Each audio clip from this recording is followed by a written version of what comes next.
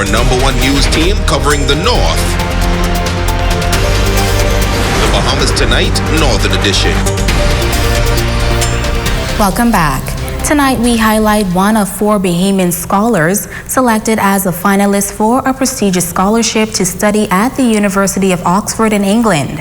While she did not receive the scholarship, she says it was an honor to be among the group of those selected. Zoe Brown is a graduate of Acadia University with a Bachelor of Science in Biology, focusing on ecology and conservation. I've been working at the Cape Eleuthera Institute in Eleuthera, studying a little bit of climate change perception, so a bit of social science, and then also some natural science of studying plant diversity along coastlines. I'm really interested in resilience in small islands like the Bahamas. So for example, we are going to be incredibly impacted and are currently being impacted by climate change, such as we saw like the superstorm Dorian that we had, and that is projected to become more common. So what I'm interested in is using conservation and restoration ecology to just help us build our natural defenses to things like that. It's a long path to that, but that's what I'm really interested in. Zoe is one of 4 Bahamian scholars interviewed as finalists for the prestigious RHODES Scholarship at Oxford University.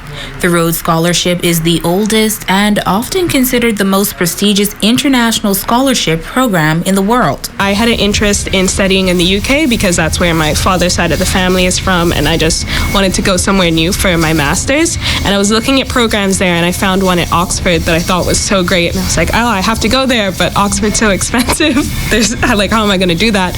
And literally that same week or within 2 weeks of that, my school was doing a information session about the RHODES Scholarship, and that's where I first heard about it. Now, of 12 finalists, Zoe, along with 3 other Bahamians, Sean Nairn Jr., Ethan Knowles, and Lauren Ritchie, represented a quarter of the individuals to reach the final level of the selection process. Before the actual interview that you have 2 days back to back. You do a social event where you meet all the other candidates, and you don't know who they are before, and you also meet the people who will be interviewing you.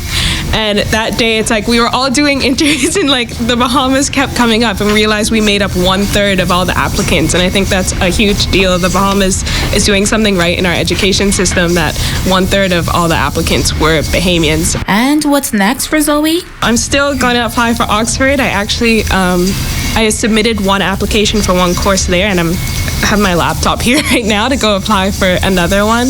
And just looking at other scholarship options, there's so much out there if you look for it. Through most of my undergraduate degree, I was funded by scholarships. That what's got me through, but you have to really dig for it. So I just want to keep on studying, keep on getting scholarships and things like that. And get this, moments after our interview, Zoe was accepted into Oxford University to study an MSc in biodiversity, conservation, and management. Congratulations, Zoe. And now it is time for a check on sports with Jay Philippe.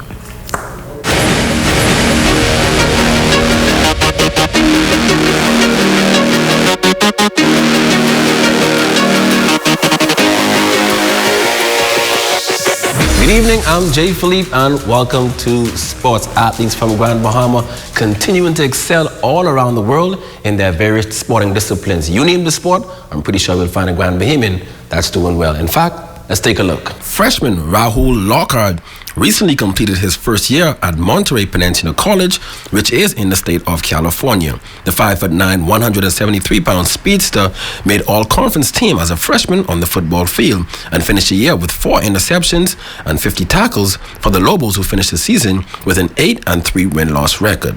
Now, Lockhart made a quick trip home for the Christmas break after a successful season on the football field. Overall, it was a very great season for me, and then even great for my team because we went to the championship game at the end of the year. We didn't win all the way, but it was overall a great year for us, and I played great. Well, American football in pads is not a competitive sport played in the Bahamas, but that did not stop Lockhart from pursuing his love for the game. My love football came when I was young and I always wanted to play. So when I got the opportunity to go to boarding school in West Virginia, I said, that was my first time ever playing. That's my sophomore year. And so I took the opportunity. That's when I first got experience playing football, understanding the game, trying to learn like what position I was playing. And that's how I first started. And when first starting, I played multiple different positions till finally when I got to the school in California, they found a position that worked great for me, and that's how I was able to excel the best at. So that's how my whole experience went. As far as what's next for the football prospect, the next step for me in football is just keeping my grades up. Right now, I have a 3.5, and then just trying to get bigger schools to come offer me, and then transit to a school that fit me the best, and then move on after that with my football career. the kid is really playing some good football at the next level.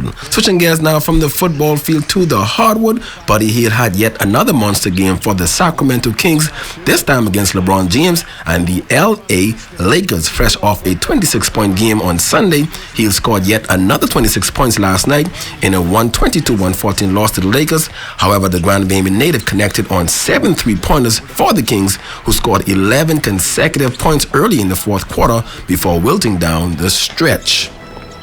Hield also collected 5 rebounds and dished out 2 assists in 33 minutes of action. With the loss, the Kings now drop to 16-23 on the season, with their next game tonight at home versus the Atlanta Hawks. And now, on a more sad note, the sporting community on Grand Bahama is mourning the passing of Kim Stewart, who was a well-known sporting leader and official. Stewart was a former athlete that excelled in softball and volleyball. He also was an aquatics coach and most recently served as a senior official at the Grand Bahama Sports Complex. May his soul rest in peace.